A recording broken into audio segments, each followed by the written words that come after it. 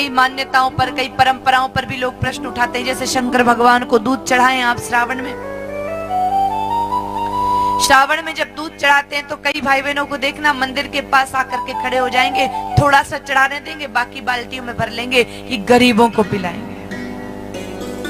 कई लोग ऐसा सिस्टम भी चलाते हैं, अरे ये फालतू में पूरा देश श्रावण मास में शंकर भगवान के ऊपर दूध चढ़ा के कितना दूध बेकार बहा देता है, इससे अच्छा है कि गरीबों को पिलाया जाए। इसको करने से पहले उन लोगों को अपने भारत की परंपराओं के बारे में जान लेना चाहिए। पहला प्रश्न और पहली बात तो आप उनसे ये कहिए कि जब भारत में पूजा की, पाठ की व्यवस्था जब होती है और जब ये अवसर आता है, तभी आपको क्यों गरीब याद आते हैं? भैया उससे पूछो तुम्हारे घर में कितने लीटर दूध आता है, बोलेगा 2 लीटर। पूछना थोड़ा ढंग से कि कितने लीटर दूध तू गरीब को पिला करके आता है, कितने लीटर दूध अपने घर में से गरीब को पिलाता है। यहाँ पे होली आती तो लोग कहते हैं कि पानी का नुकसान मत करो। उसको पूछना जो बाल्टी नहीं 10 बाल्टी से बाथरूम में नहाता है, उसको पूछना कि कितनी बाल्टी तुम बचाते हो, कितना पानी का संरक्षण करते हो, जो पानी पर बोलने के लिए चले हो। जिस दिन भारत के त्योहार आते हैं, जिस दिन भारत की मान्यताओं की बात आती, तभी हम पानी, बिजली और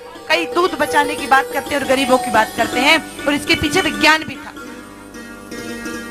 श्रावण मास में दूध नहीं पीना चाहिए क्योंकि श्रावण मास के दूध में जहर होता है। श्रावण मास में हरी हरी वनस्पति आती है, पत्तियां आती हैं, उन पत्तियों पर वात तत्व होता है। मौसम के प्रभाव के कारण उन पत्तियों को जब गौ माता खाती है तो उसके कारण गाय माता के दूध में भी वह प्राकृतिक जो तत्व है वो आ जाता है। और जब गौ माता उस दूध को हमें प्रदान करती है, वैसे तो गौ माता का दूध अमृतमय होता है, लेकिन एक मास तक गाय माता का दूध भी नहीं पीना चाहिए क्योंकि गौ माता के दूध को पीने से मनुष्य के शरीर में वात तत्व बढ़ जाता है। और जब वात तत्व बढ़ जाता है तो घुटने दर्द की समस्या, जॉइंट पेन की समस्या आती है और बुद्धि भी धीरे धीरे कम होती चली जाती है। इसलिए हमारे महापुरुषों ने, हमारे बूढ़े बुजुर्गों ने विचार किया कि श्रावण का दूध, और श्रावण मास में शंकर भगवान की आराधना की जाती है और श्रावण मास में शंकर भगवान को दूध चढ़ाते हैं क्योंकि जो दूध में जहर है, बोलिए जहर लेने की क्षमता किसके भीतर है? किसके भीतर है?